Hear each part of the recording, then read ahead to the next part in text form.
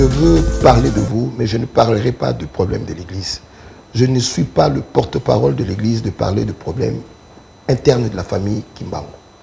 Moi, je parle de Simon Kimbangu, pas de la famille Kimbangu. Je suis hors de ça. C'est un problème familial qui n'a rien à voir de l'Église. Je ne peux pas parler de ça. Je suis du centre d'accueil, comme on dit, 3 égale 1, mais je ne parlerai pas de ces problèmes. Ce n'est vraiment pas mon problème. L'édition de cette année, d'abord, je suis très content. Aujourd'hui, c'est une grande fête pour nous, le 25 mai. C'est la naissance du Christ.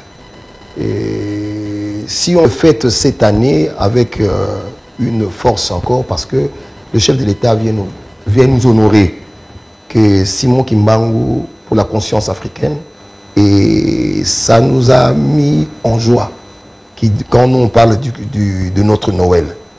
Mais moi, j'étais dans les écoles quand on nous apprenait le 25 décembre, on savait que c'était une date universelle. Et en voyant les images quand j'étais jeune, mais on grandissait, on voyait le 25 décembre la naissance du Christ, on devait avoir des photos de Jésus avec la neige.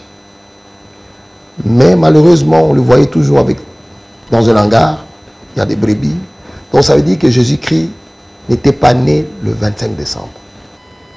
Et Papa Dianguinda avait dit depuis longtemps, quand on fêtait le 25 décembre, il disait, il y aura un moment où vous connaîtrez la vraie date. Il disait toujours ça. Et après son départ, officiellement, Papa Dialungana a proclamé le 25 mai, c'est Noël.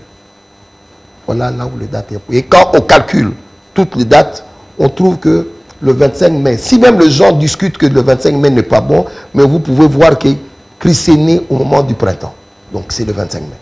Pour la date du 6 avril, je félicite le chef de l'État parce que la conscience africaine, ça veut dire que dans les années qui vont venir, on aura ces congés dans beaucoup de pays d'Afrique. Et ça sera, on parlera de Félix Tshisekedi. Je félicite vraiment le président de la République de mettre la conscience africaine.